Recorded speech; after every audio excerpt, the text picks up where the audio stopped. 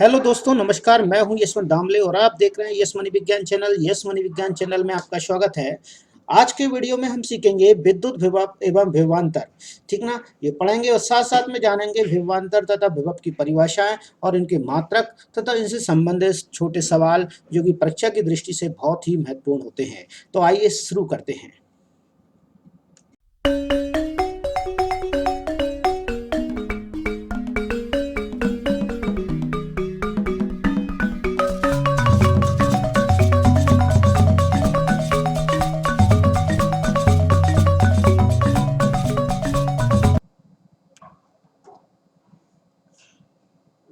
12.2 विद्युत विभव और विभवांतर।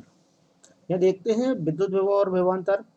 सबसे पहले यहाँ लिखा गया है कि साथ में विद्युत विभव विभवांतर को हम कैसे समझ सकते हैं, उसे देखने के लिए हम ये देख रहे हैं कि आइए जल के प्रवाह के सदृश्य के आधार पर इस पर विचार करते हैं।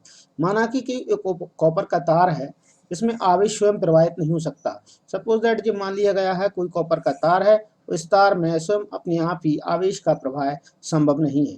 जैसे कि हम मान लें कि एक ये नली है जल की लिए पाइपलाइन, और इस जल की जो पाइपलाइन नली है उस नली में पानी का प्रवाह स्वयं नहीं हो सकता, क्योंकि ये नली यदि सीधी समांतर रहेगी तो इसमें पानी का प्रवाह कहीं भी जाने की संभावना नहीं है। ये क्षैतिज नली एक प्रकार से यहाँ लिखा गया है, क्षैतिज नली में जल का प्रवाह संभव नहीं हो पाता है।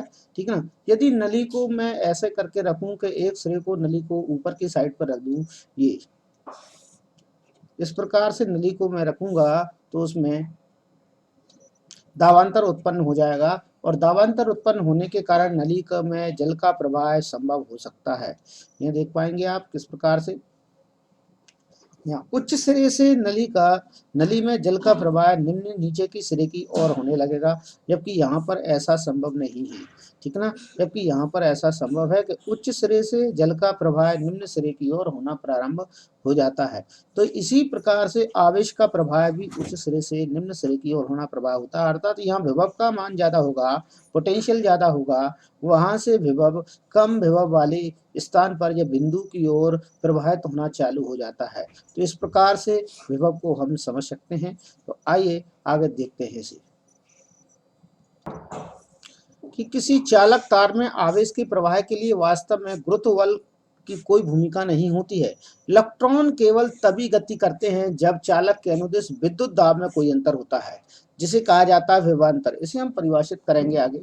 ठीक, तो पहले ये देख लेते हैं विभव में एक अंतर। यह अंतर एक या एक से अधिक सेलों के बीच बनी बैटरी के द्वारा उत्पन्न किया जाता है। तो ध्यान देने वाली बात यह, विभव में जो अंतर उत्पन्न किया जाता है, विभव में जो भी अंतर उत्पन्न किया जाता है वास्तव में वो विद्युत सेलों से बनी बैटरी के द्वारा उत्पन्न किया जाता है, जिसमें एक से अधिक सेल लगे होते हैं। किसी सेल के भीतर होने वाली रासायनिक अभिक्रिया सेल के टर्मिनल अर्थात सिरों के बीच में विभवांतर उत्पन्न कर देती है। ऐसा उसी समय होता है जब कोई सेल उस समय भी होता है जब कोई सेल विद्युत धारा नहीं दे रहा होता है, अर्थात वो उसे किसी परिपथ में नहीं जोड़ा गया है, तब भी यह इसमें होता है। जब सेलों को किसी चालक परिपथ या अवयव में संयोजित करते हैं तो विभवांतर उस चालक के आवेशों में गति लाने का कार्य करता है।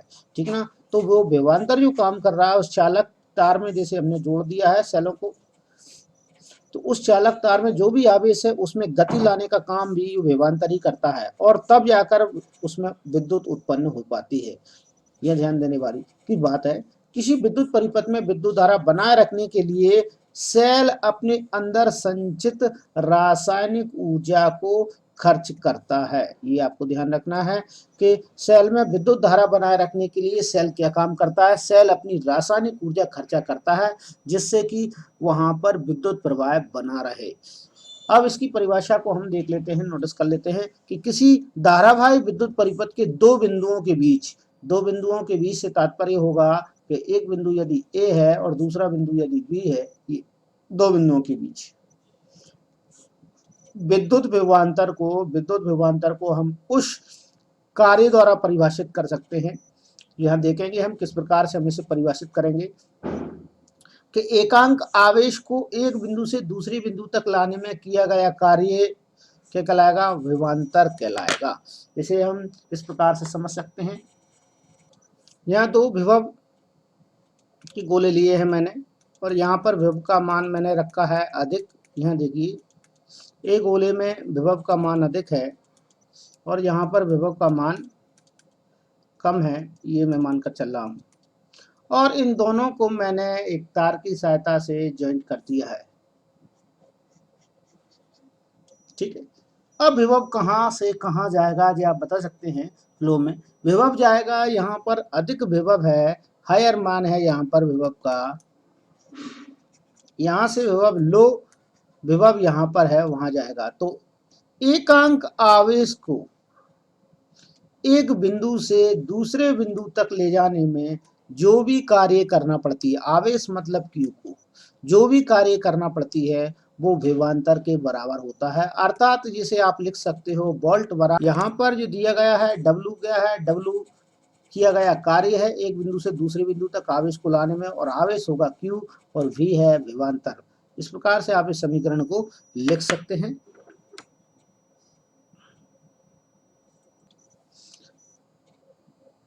यहाँ देख पाएंगे आप एक समीकरण दिया गया है आपके सामने, देखिए लिखा गया है दो बिंदुओं के बीच विभवांतर, दो बिंदुओं के बीच विभवांतर v है और किया गया कार्य w है और आवेश की मात्रा q है, तब ये समीकरण बन जाएगा विभवांतर का v बराबर w बटे q। यहाँ पर समीकरण दिया गया है 12.2 में। ठीक है, तो विद्युत विभवांतर का एसआई मात्रक आपको याद रखना है। विद्युत विभव का एसआई मात्रक है वोल्ट, ये कभी एक नंबर में भी पूछे जाने वाला है, और इसे इटली के भौतिक वैज्ञानिक एलेसेंद्रो वोल्टा के नाम पर रखा गया है, ये आप नोटिस कर लेंगे। ठीक है ना, इसे किस नाम पर रखा गया है, एलेसेंद्रो वोल्टा के नाम पर रखा गया है। इसकी परिभाषा को बताने के लिए यहाँ लिखा गया है, यदि किसी धारावाही चालक के दो बिंदुओं के बीच एक कूलाम आवेश को एक बिंदु से दूसरे बिंदु तक ले जाने में एक जूल कार्य किया जाता है तो उन दोनों बिंदुओं के बीच विभवांतर 1 वोल्ट होगा। अर्थात ये 1 वोल्ट को एक विभव को परिभाषित करने के लिए परिभाषा दी गई है। तो ये परिभाषा बहुत महत्वपूर्ण है, आप इस परिभाषा को नोटिस कर लें, जिससे कि मैं आपके सामने हाईलाइट कर रहा हूँ। ठीक ना, यदि किसी धारावाही चालक में दो बिंदुओं के बीच एक कूलाम आवेश को एक बिंदु से दूसरे बिंदु तक ले जाने में किया गया कार्य उन दोनों बिंदुओं के बीच विभवांतर 1 वोल्ट होता है, तो ये 1 वोल्ट की परिभाषा आपके सामने है, इसे आप ऐसे लिख सकते हैं। ठीक, यहाँ पर एक वोल्ट का जो समीकरण दिया गया है वो यहाँ पर भी आप लिखेंगे, और 1 वोल्ट का आपको यहाँ पर समीकरण के साथ साथ में मात्रक भी यहाँ पर दिया गया है। वोल्ट का जो मात्रक है जूल कूलाम इनवर्स है या जूल प्रति कूलाम के नाम से भी आप इसे जान सकते हो। जिस उपकरण की सहायता से विभव को या विभवांतर को मापा जाता है, यंत्र की सहायता से मापा जाता है, वो कहलाता है वोल्ट मीटर। ये भी आप ध्यान रखेंगे। पिछले वीडियो में मैंने बताया था आपको कि विद्युत धारा को मापने के लिए अमीटर का उपयोग किया जाता है और विभवांतर को मापने के लिए एक इस्तेमाल किया जाता है यंत्र, इसे कहते हैं वोल्ट मीटर। ठीक है, यह ध्यान देने योग्य बात अगली आएगी कि वोल्ट मीटर को हमेशा सदैव उन बिंदुओं के पार्श्व क्रम में संयोजित किया जाता है जिनके बीच में हमें विभवांतर को मापना होता है। ठीक है, जबकि वोल्ट मीटर के अलावा जो हमने अमीटर देखा था उसे हमें श्रेणी क्रम में जोड़ना होता है। तो ध्यान रखने योग्य बातें हैं। ध्यान देने योग्य बात रहेगी आपकी कि श्रेणी क्रम में हमेशा अमीटर को जोड़ना है।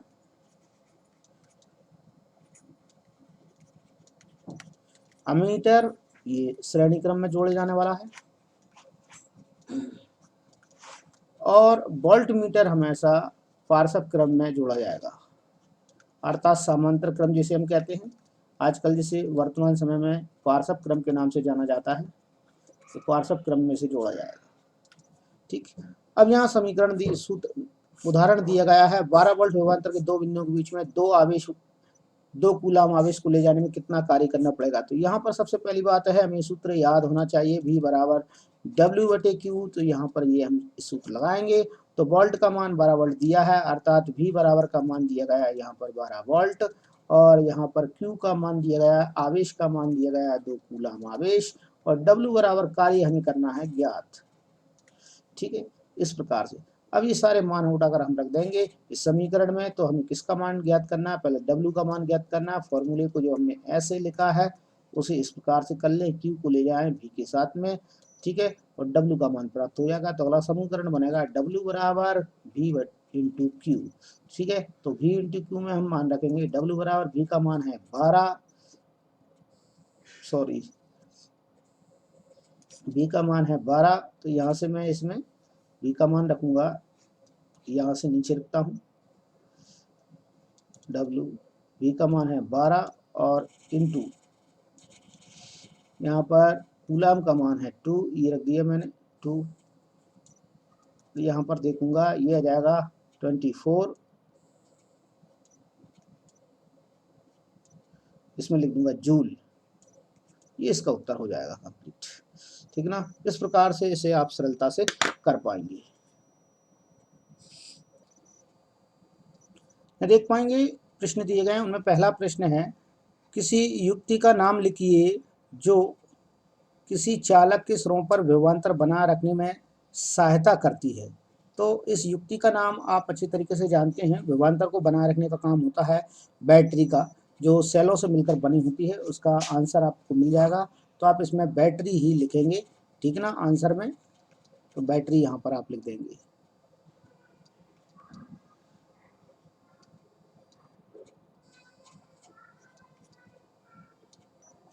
दूसरा है यह क्वेश्चन अगला, यह कहने का तात्पर्य है कि क्वेश्चन नंबर 2, यह कहने का तात्पर्य है कि दो बिंदुओं के बीच विभवांतर 1 वोल्ट है। तो 1 वोल्ट विभवांतर होने का मतलब है कि 1 कूलाम आवेश को एक बिंदु से दूसरे बिंदु तक पहुंचाने में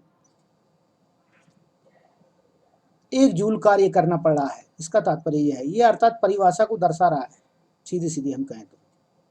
ठीक है, और यहाँ पर देख रहे हैं 6 वोल्ट की बैटरी से गुजरने वाले हर एक कूलाम आवेश को कितनी ऊर्जा दी जाती है। तो आप ये समीकरण यूज कर लें, सूत्र यूज कर लें, V बराबर W/Q, इससे आप इसका मान निकाल सकते हैं। ठीक है, तो यहाँ पर आप देख पाएंगे वोल्ट का मान दिया गया है 6, तो यहाँ पर आप 6 लिख दें, 6 वोल्ट हो जाएगा। ठीक ना, और चूंकि ऊर्जा का मान पूछा गया है, W का मान पूछा गया है, तो यहाँ पे लिख दें, W ही आपको ज्ञात करना है, Q का मतलब है 1, तो 1 कूलाम आवेश को ले जाने में कितना कार्य करना पड़ेगा, 6 और 1 का गुणा कर दें, तो जो हो जाएगा 6 × 1, यहाँ पर निकल आएगा W का मान। ठीक है, तो ये आ जाएगा 6 जूल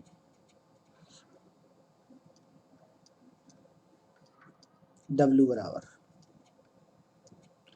ये इसका सही आंसर हो जाएगा। तो ऐसे आप इसे आंसर को लिख सकते हैं, दे सकते हैं उत्तर। ठीक,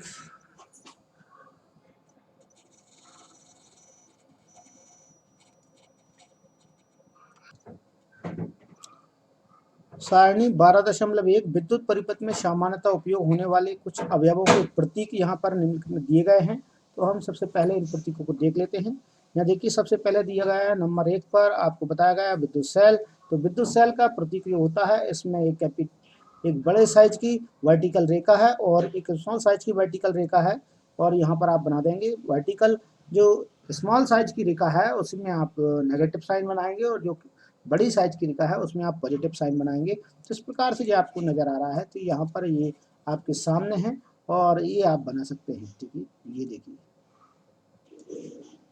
यहाँ पॉजिटिव और ये पॉजिटिव रहेगा और ये छोटा वाला नेगेटिव रहेगा। तो ये एक प्रकार से सेल का काम करेगा, विद्युत सेल की भांति कार्य करेगा सिस्टम। और यहाँ बैटरी अथवा सेलों का संयोजन यहाँ पर बताया गया है। बैटरी और सेलों का संयोजन से तात्पर्य है कि यहाँ पर बैटरी और सेल आपस में जुड़े हुए हैं। देखिए यहाँ पर एक ड्रॉ की गई लाइन और यहाँ पर एक बड़ी लाइन यहाँ पर सामने है, तो ये बड़ी लाइन हो जाएगी, और ये एक साथ में छोटी वर्टिकल लाइन खींचना, तो ये एक सेल हो जाएगा। इसे हम ज्वाइंट करेंगे एक और दूसरे सेल से, तो यहाँ पर एक और बड़ी लाइन अर्थात पॉजिटिव चार्ज, ये यहाँ पर नेगेटिव था, तो पॉजिटिव से जोड़ना है, फिर नेगेटिव आ जाएगा, ये नेगेटिव आ जाएगा, फिर इसे हमें पॉजिटिव से जोड़ना है, तो इस प्रकार से हम इसे पॉजिटिव से जोड़ देंगे, फिर नेगेटिव है तो ये नेगेटिव। इस प्रकार से ये 3 सेलों का संयोजन बन जाता है। ठीक ना, यहाँ पर आप देख पाएंगे पहला सेल आपके सामने ये है, दूसरा सेल आपके सामने ये है, और तीसरा सेल आपके सामने ये है। ये 3 सेल आपस में मिलकर एक संयोजन बना रहे हैं, जिन्हें सेलों का संयोजन कहा जाता है, और ये वास्तव में बैटरी बनाने का कार्य करते हैं। अर्थात 2 या 2 से अधिक सेल आपस में संयोजित हो जाएं तो बैटरी बनाने का कार्य करते हैं। ठीक है, खुली प्लग कुंजी का क्षेत्र या स्विच यहाँ पर आप देख रहे हैं, इसमें कोई प्लग नहीं लगा है बीच में, ये खुली कहलाएगी। यदि यहाँ पर बीच में कुछ लगा हो तो हम समझ जाते हैं कि ये बंद कुंजी है, ठीक ना। इसलिए इसमें कुछ नहीं लगा है, ये बंद कुंजी के नाम से नहीं जानी जाएगी, ये खुली कुंजी कहलाएगी। ठीक, इसे आप समझ सकते हैं। नेक्स्ट में हम देख पाएंगे यहाँ पर अगला पार्ट इसमें दिया गया है, भाग बंद प्लग कुंजी। बंद प्लग कुंजी में आप देख पाएंगे यहाँ बीचों बीच में एक साइन बना हुआ है, ये देखिए ब्लैक कलर से, और यहाँ पर इसे बंद किया गया है, इसमें प्लग लगाया है, ठीक है। और यहाँ तार संधि दी गई, तो तार की संधि देखेंगे आप, तार की संधि किस प्रकार से दी गई है, या तार की संधि है। तार की संधि के लिए आप देख पाते हैं, यदि तार की संधि इस प्रकार से भी है, ये तार बने हुए हैं, ठीक है ना।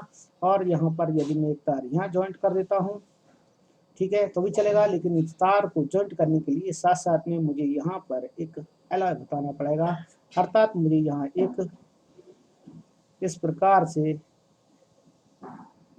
बॉक्स टाइप की संरचना बनाना पड़ेगी, और यहाँ के बाद फिर मैं इसे संधि के रूप में बता सकता हूँ, तार की संधि हो जाएगी, ठीक है ना। इस प्रकार से ये तार की संधि कहलाएगी। इसे ऊपर भी नहीं नीचे भी बता सकते हैं, हम साइड में भी बता सकते हैं, तिरछा कैसा भी लगा सकते हैं, कोई दिक्कत नहीं है, ठीक है। तो ये तार की संधि हो जाएगी।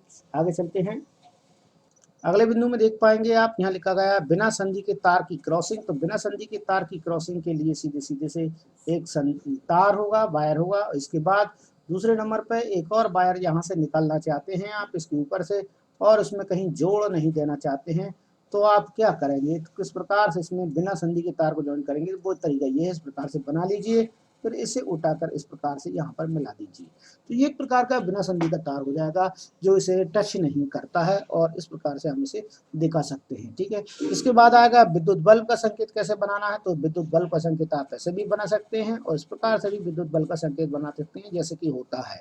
प्रतिरोधक है यहाँ पर, तो प्रतिरोध को दिखाने के लिए जिगजैग लाइन बनाएंगे आप, ठीक ना। तो उस प्रकार से ये प्रतिरोध आपके सामने बन जाएगा।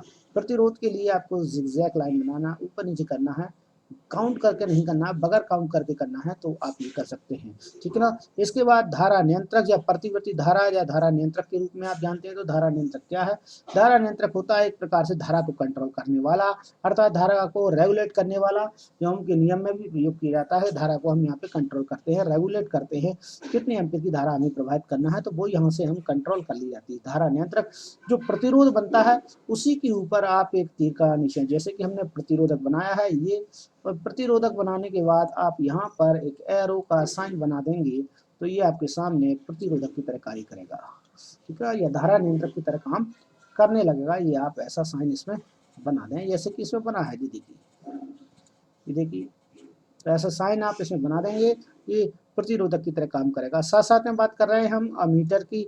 तो अमीटर देखिए, अमीटर का साइन बनाने के लिए आपको एक गोल बनाना है, गोल अर्थात एक वृत्त जैसी संरचना बनाना है। वृत्त जैसा स्ट्रक्चर बनाकर आप उसके अंदर लिख देंगे ए, और बस एक पॉजिटिव चार्ज बैटरी के पॉजिटिव चार्ज की तरह, और नेगेटिव चार्ज बैटरी के नेगेटिव चार्ज की ओर, और बस इस प्रकार से तैयार हो जाएगा, इसी प्रकार से।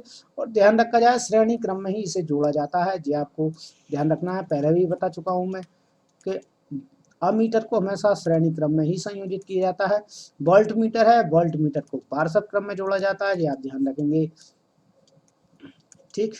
वोल्ट मीटर में कुछ नहीं करना है, वी बनाकर एक उसे सर्कल बंद कर दें, और एक तरफ पॉजिटिव चार्ज लगा दें, दूसरी तरफ नेगेटिव चार्ज लगा दें, तो ये वोल्ट मीटर बन जाएगा। इतने आपको 5 कोई चिन्ह बनाने के लिए आते हैं, और वो आपको 5 नंबर दिलवाने का कार्य करते हैं। 6 आएंगे तो 6 नंबर आपको मिलेंगे, ठीक ना। और 3-3 मार्क्स में आते हैं तो 3 नंबर का आपका ये क्वेश्चन का आंसर हो जाएगा। इसके बाद अगला जो टॉपिक है, मैं अगले वीडियो में आपको पढ़ाऊंगा। ये वीडियो ज़्यादा लंबा हो रहा है, यहीं तक के लिए आज के लिए बस इतना ही। और मैं हर बार की तरह कहना चाहूँगा, यदि आप मेरे चैनल पर नए हैं और अब तक आपने मेरा चैनल सब्सक्राइब नहीं किया है, तो प्लीज़ सब्सक्राइब कर दीजिए। आपको आने वाले वीडियो में भी लगातार इसी क्रम में वीडियो मिलती रहेंगे। 10th क्लास की, जब 10th क्लास का सब्जेक्ट पूरा होगा, इसके बाद ही मैं 11th क्लास के अगले वीडियो लेकर आऊँगा, ठीक। तब तक के लिए बाय बाय।